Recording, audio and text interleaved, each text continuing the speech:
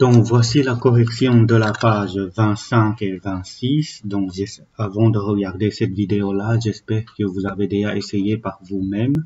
Donc, voici donc deux diagrammes qui reprennent donc la répartition de la population par tranche âge pour les années, 2 années différentes. C'est pour ça que j'ai deux courbes différentes, donc 1880 et 1981 en Belgique. Déjà, dans un premier temps, comme vous avez deux courbes dans un diagramme, je vous conseille toujours de le mettre en couleur.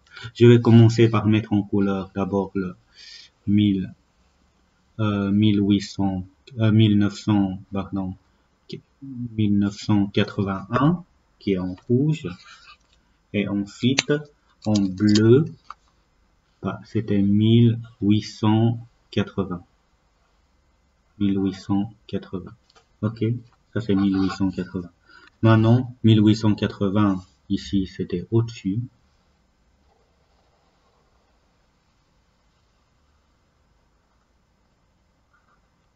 Et l'autre c'était en dessous.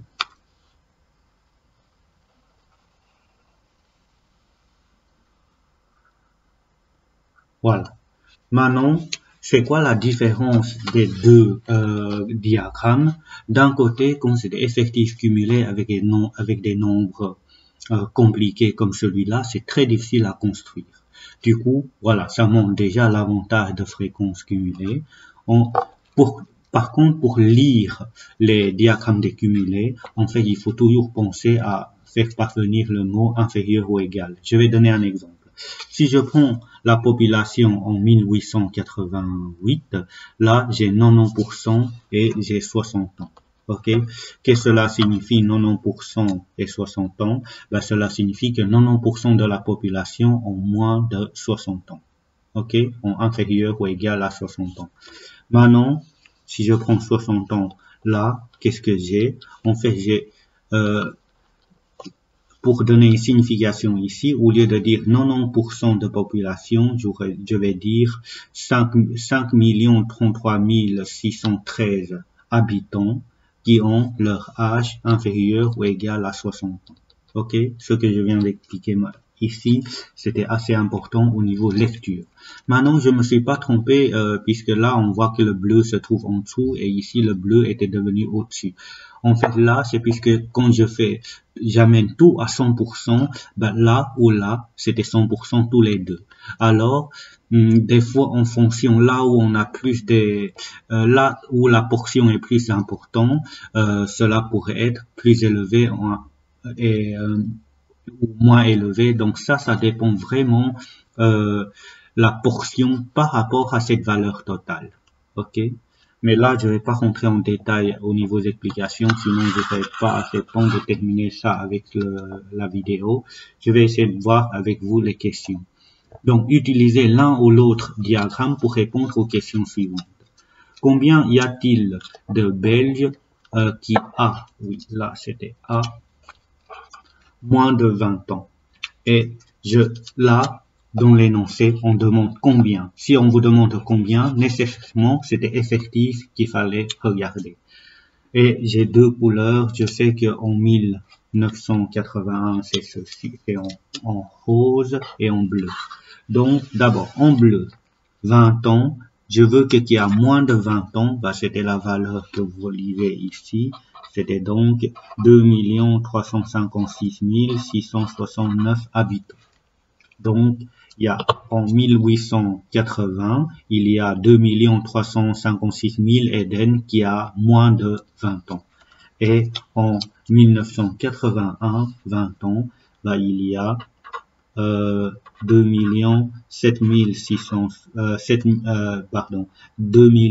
766 999 habitants qui a moins de 20 ans. Ok? Le B, si on recoupe les tranches âge que vous voyez ici, déterminer la classe modale pour la population. Et je demande, donc ici, c'était celle qui est en rouge. Pour déterminer la classe modale, c'est là où ça monte plus fort. Ici, on constate que ça monte plus fort ici quelque part. et on n'est pas sûr si c'est là, là ou là. Du coup, qu'est-ce qu'on est censé de faire quand on n'est pas sûr? Ben, on va vérifier chaque fois de combien on doit rajouter. Pour passer de 0 à 13, je dois faire plus 13. Pour passer de 13 à 28, je dois faire plus 15. Pour passer de 28 à 44, je dois faire plus 16. Et pour passer de 44 à 57, je dois faire plus 13. Du coup, là où j'ai rajouté le plus, c'était pour passer de 28 à 44. Et 28 à 44, c'était donc 20 à 30 ans. Donc, 20 à 30 ans. OK? Ensuite, le C, déterminer l'âge médian pour la population, pour les deux populations ici. De nouveau, je vais essayer de mettre en couleur l'âge médian. Donc, d'abord, bleu. Pour trouver la médiane, en fait, on peut utiliser effectif cumulé, mais on peut aussi utiliser des fréquences cumulées. En classe, je vous avais dit, lorsque vous avez fréquence cumulée, vous aurez beaucoup plus facile de utiliser fréquence cumulée. Pourquoi? Puisque je sais que la totalité, c'était 100%, la moitié, c'était 50%, et il suffit d'y aller chercher la valeur. Alors, si vous utilisez cette valeur-là, ok, dans un premier temps, vous devez prendre vos calculatrices, vous faites diviser par 2, vous trouverez une valeur qui n'était pas tout à fait juste et vous devez aller situer la valeur au milieu et ça, c'était jamais évident à faire. Du coup, je vais utiliser les fréquences cumulées. Donc, je sais que la médiane, c'était là où j'arrive à 50%.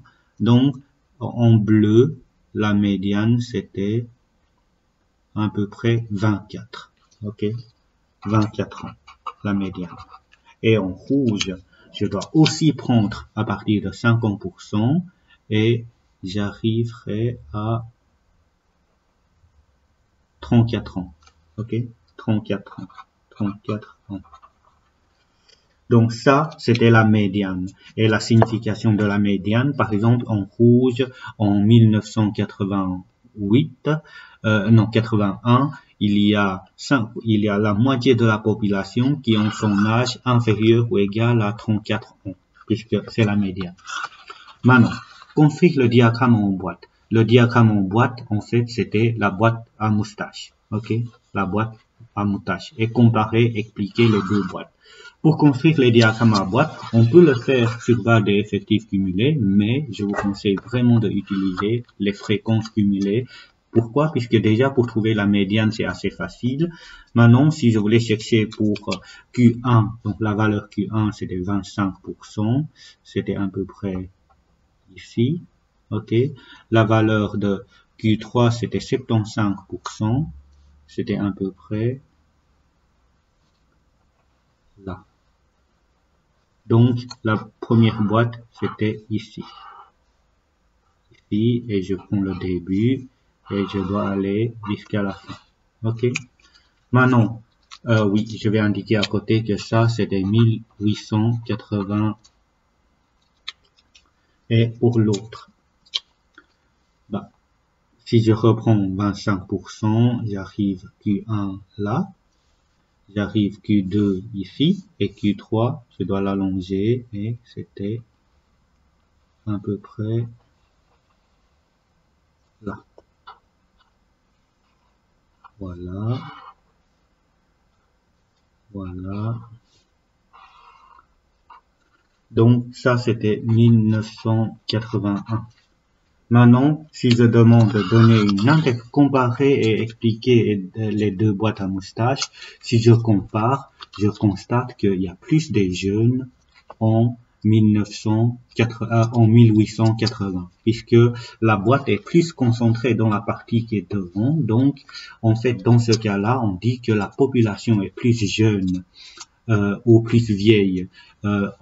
Oui, soit on dit que la population est plus jeune en 1880, soit on dit que la population est plus vieille dans la population donc en 1981. Ok, donc là je vais donner une des interprétations. On peut dire que la population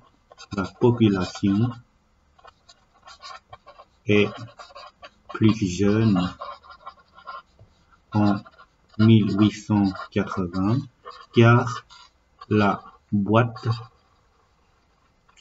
se situe se concentre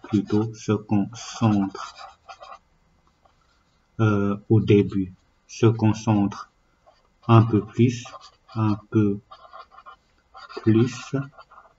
au début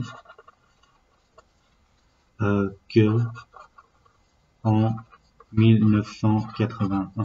Voilà, ça c'est une des conclusions qu'on peut donner. Ok, je demande de comparer les deux boîtes.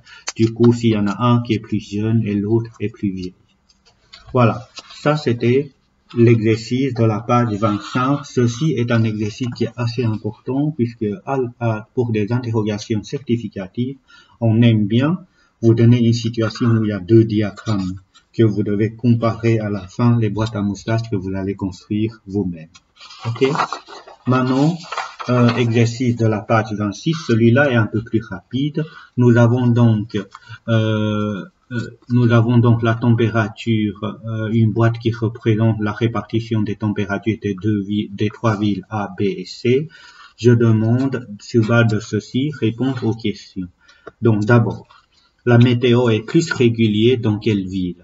En fait, si je regarde, est plus régulier dans la ville C. Si je demande de justifier pourquoi, car l'étendue est plus petite. Ok, c'est quoi l'étendue? C'est la valeur maximale moins la valeur minimale.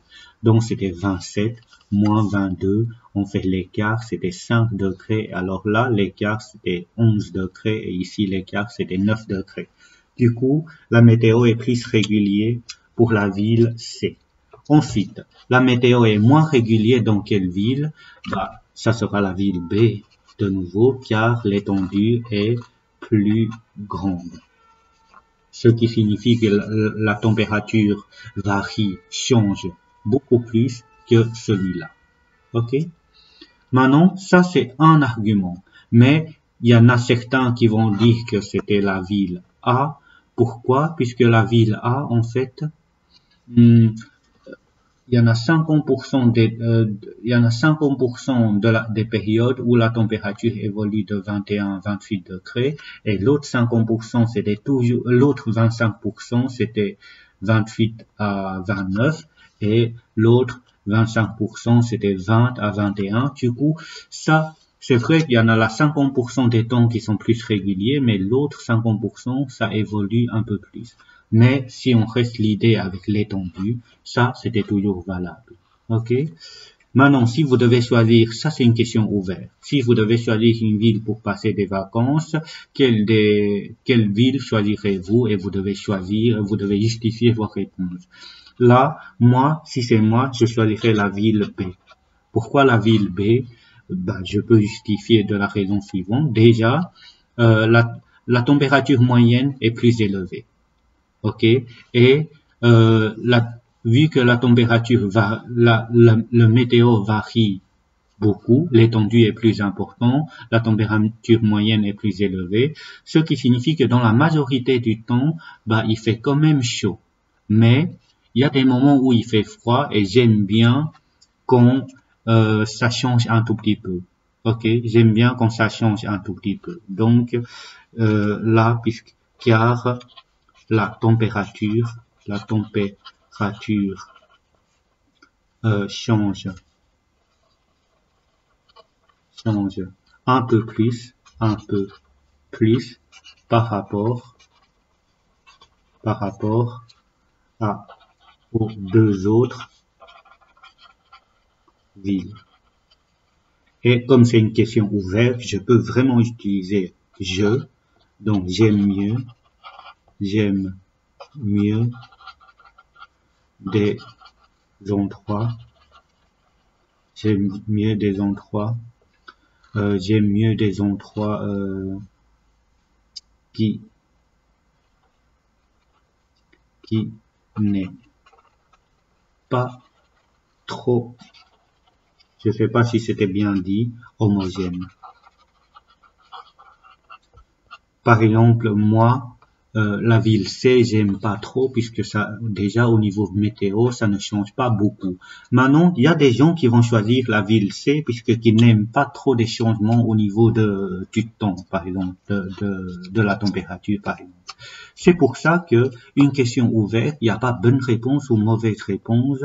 Il suffit que vous argumentez avec les bons arguments et comme ça, vos réponses sera valable. Voilà.